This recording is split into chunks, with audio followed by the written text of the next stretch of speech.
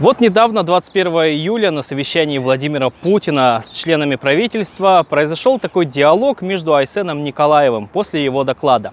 Айсен Сергеевич, есть вот еще идея для субъектов с низкой плотностью населения и с большой площадью лесов передать полномочия в области лесных отношений на федеральный уровень. Как вы относитесь к этой идее? Мы, конечно же, поддерживаем такое предложение, Владимир Владимирович, потому что это огромная территория, конечно, она должна, ее защита решаться на федеральном уровне. Какие такие полномочия по лесным отношениям собираются передать федеральным властям? Попробуем разобраться.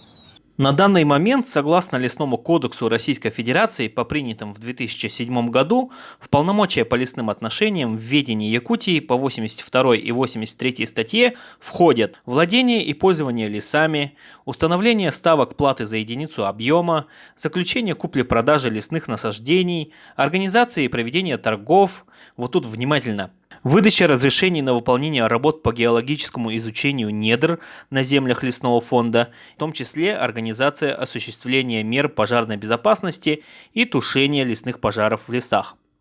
Что входит в полномочия по лесным отношениям у федеральной власти по 81 статье Лесного кодекса Российской Федерации? Здесь тоже много разных полномочий, в том числе из них это установление лесопожарного зонирования, выполнение взрывных работ в целях локализации и ликвидации лесных пожаров и осуществление мероприятий по искусственному вызыванию осадков в целях тушения лесных пожаров. Делаем выводы, исходя из Лесного кодекса, что основные вопросы по купле-продаже лесов, изучению недр и так далее, что касается торговли, принадлежит нам, якутянам, точнее в ведении нашей якутской власти, а также вопрос о тушении пожаров. И это справедливо, раз на этой земле живем мы, то и нам, собственно говоря, распоряжаться этим. Но и у федеральной власти тоже есть полномочия по защите и тушению лесных пожаров. Откуда берется финансирование по тушению? Из федерального бюджета. По тому же Лесному кодексу Российской Федерации 83 статьи 4 пункта субвенции, то есть целевые деньги, распределяются исходя из площади эксплуатационных лесов, защитных лесов, интенсивности их использования, численности проживающего на территориях соответствующих субъектов Российской Федерации населения, показателей пожарной опасности лесов по методике, утвержденной правительством Российской Федерации. Исходя из всего этого, нет никакой необходимости передавать какие бы то ни было полномочия по лесным отношениям. Вся проблема в пожарах – это нехватка средств и слабая подготовка к пожарному сезону. А вся нехватка финансирования связана только с недостатком методики распределения субвенций, которую утверждаем не мы, не якутская власть, а правительство Российской Федерации. Это признает и озвучивает и сам Айсен Николаев. По распределению субвенций из федерального бюджета для осуществления отдельных полномочий в области лесных отношений. Благодаря поручению сейчас премьер-министра Михаила Владимировича Министерство природных ресурсов подготовило новую методику, так как старая вообще никуда не годилась. Еще раз повторю цифры. Мы по старой методике в этом году получили на защиту эксплуатационных и защитных лесов, на защиту, на их сохранение 6 рублей 10 копеек на 1 гектар. Тогда как в среднем по Дальнему Востоку эта цифра 28 рублей 80 копеек, а в среднем по стране 199 рублей. Конечно, при таком огромной территории, при таких цифрах, мы, конечно же, к сожалению, не можем удержать, вот особенности, когда идет вал пожаров, территорию от пожаров. Сейчас новая методика сделана. Я благодарен Минприроды, что наши предложения в целом учтены. Получается, методика уже разработана. Тогда зачем Айсен Сергеевич дополнительно собирается что-то отдавать? Зачем отдавать полномочия, если вы уже решили этот вопрос? И какие конкретно полномочия, неизвестно. Если это касается пунктов 7.1 и 7.2 из 82 статьи, которые касаются непосредственно лесных пожаров, то ладно, пусть тушат федералы. Но я очень сильно сомневаюсь, что дело ограничится только этими пунктами. Скорее всего, вопросы по купле-продаже и аренде лесов тоже будут переданы федеральным властям. Разве это нормально, что жить здесь будем мы, а распоряжаться будут они? Во-вторых, почему Айсен Сергеевич не предпринял таких действий раньше?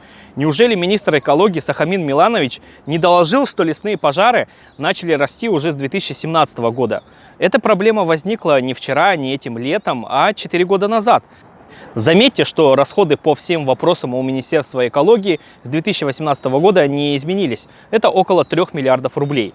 А площадь лесов, пройденных огнем, только росла и росла. Почему вы ничего не предприняли до этого момента? Методика была несовершенна еще тогда. В-третьих, где гарантия, что Кремль справится лучше? С чего вы взяли, что они будут лучше? Кремль отправил тьму самолетов в Турцию, хотя у них по 81 статье полномочия по вызыванию осадков. Где это? Взрывные работы тоже лежат на них. Мы все тут задыхаемся по всей Якутии, теряем солнце во мгле уже который день, а они хотят забрать какие-то полномочия. И так на самом деле постоянно, под благими намерениями, под видом заботы о безопасности и комфорте населения вводятся поправки и законы, которые в конечном итоге ограничивают государственность и самостоятельность субъекта и укрепляют вертикаль власти и его централизацию. В целях обеспечения безопасности и большей стабильности республика будет реорганизована нами в первую галактическую империю во имя сохранности и во имя блага общества.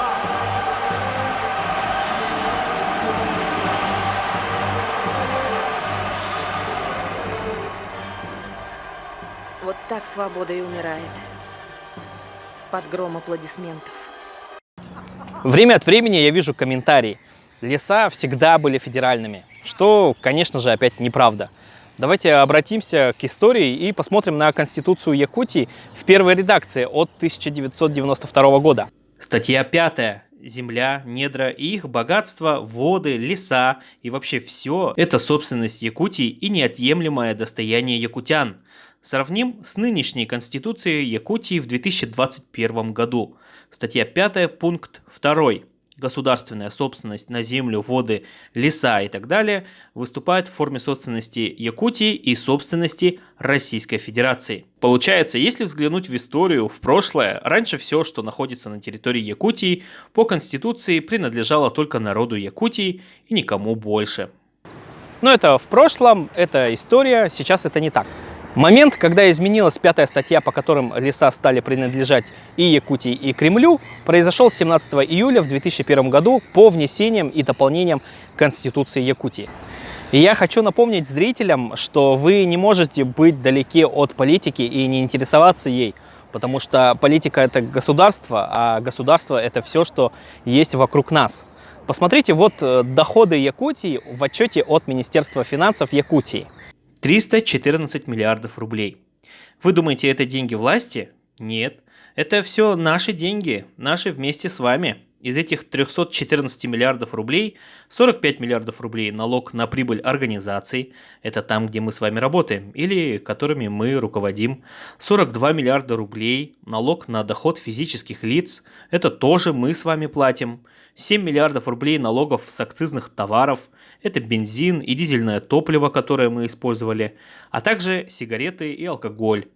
И так далее и тому подобное, все пошлины, штрафы идут от нас, а налоги на добычу полезных ископаемых получают от работы с нашей земли нашими же руками, на земле, данной нам предками.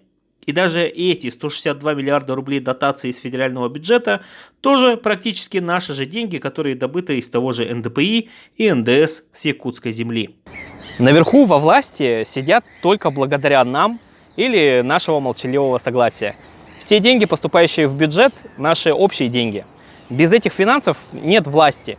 Финансы и экономика, хотите вы это или нет, основа государства. Политика – это в целом вопрос о власти, которая в итоге будет распределять ресурсы. И насколько успешно это распределится, решает руководство, которое мы с вами и выбираем. Проблема в том, что Айсен Сергеевич, не справившись со своими полномочиями, собирается отдать часть полномочий федеральному центру. Но разве не логично, что если ты сам не справляешься, то ты складываешь свои полномочия и даешь возможность другим решить эти вопросы? Очень жаль, что Айсен Сергеевич думает, что его народ – это украинские хакеры. когда вот этот дым от пожаров пришел в Якутск, конечно, люди заволновались. И, конечно, как всегда, появились и подстрекатели, паникеры. Причем я вот сейчас как раз смотрел, как вы разговариваете с Сатановским. Многие IP-адреса мы потом смотрели, это украинские адреса, так, которые близко даже к отношению имеют, но кричать «долой губернатора, долой Путина» они Это постоянно. очень быстро, сразу, по поводу и без повода. По-моему, Айсен Сергеевич не знает, что якутяне действительно могут отправить его в отставку на законных основаниях, согласно федеральному закону об общих принципах организации законодательных и исполнительных органов государственной власти субъектов Российской Федерации. По 19 статье по пункту Л якутяне, собрав голос каждого 4-го избирателя, могут отозвать должность главы, досрочно прекратив его полномочия. Да, на деле это будет очень сложно, а скорее всего и невозможно, так как такой вопрос курирует избирательная комиссия, которая управляется сверху, и там же легко могут забраковать подписные листы. Но, тем не менее, я бы не стал на месте Айсена Сергеевича раздражать свой народ, называя их украинскими ботами и паникерами. Посмотрите на это, и на это, и это, и таких видео очень много, где огонь уже совсем близко от домов. Уже были случаи эвакуации из деревень. Когда говорят, что это всего лишь встречный отжиг, ничего хорошего нет. Почему вообще допускается пожар до наших домов? Все это результат неподготовленности и недостаточного финансирования, допущенного командой Айсена Николаева. Весь этот апокалипсис можно было или уменьшить, или вовсе избежать, сделав выводы за 4 года постоянного роста лесных пожаров или начав заниматься тушением и предупреждением еще в мае месяце. Если к этим пожарам наложить стройку ненужных зданий за 18 миллиардов рублей в долг, отмену Конституционного суда и утверждение прокурора, повышение пенсионного возраста и провал с финансированием моста через Лену со стороны федеральных властей, складывается ощущение, что Айсен Сергеевич не озабочен светлым будущим своего народа. За время увеличения моей медийности ко мне обратились несколько провластных политиков и организаций. Некоторые даже предлагали финансовую поддержку. Я от всего отказался, потому что прежде всего я надеюсь на себя. Не обессудьте, но вскоре в моих видео, скорее всего, появится реклама. Но я обещаю, что это не будет автовыкупы, микрозаймы и всякие сомнительные компании, только проверенные рекламодатели. И я буду отделять рекламный блок. И я могу надеяться на вас, мои дорогие зрители. Спасибо большое тем, кто уже меня поддерживает. Вы вносите огромный вклад в формирование независимого СМИ. Если и вы солидарны со мной и хотите помочь развитию моего канала, в описании под видео в YouTube ссылка на добровольное пожертвование, а в Инстаграме прямая ссылка в шапке профиля. Не забудьте подписаться.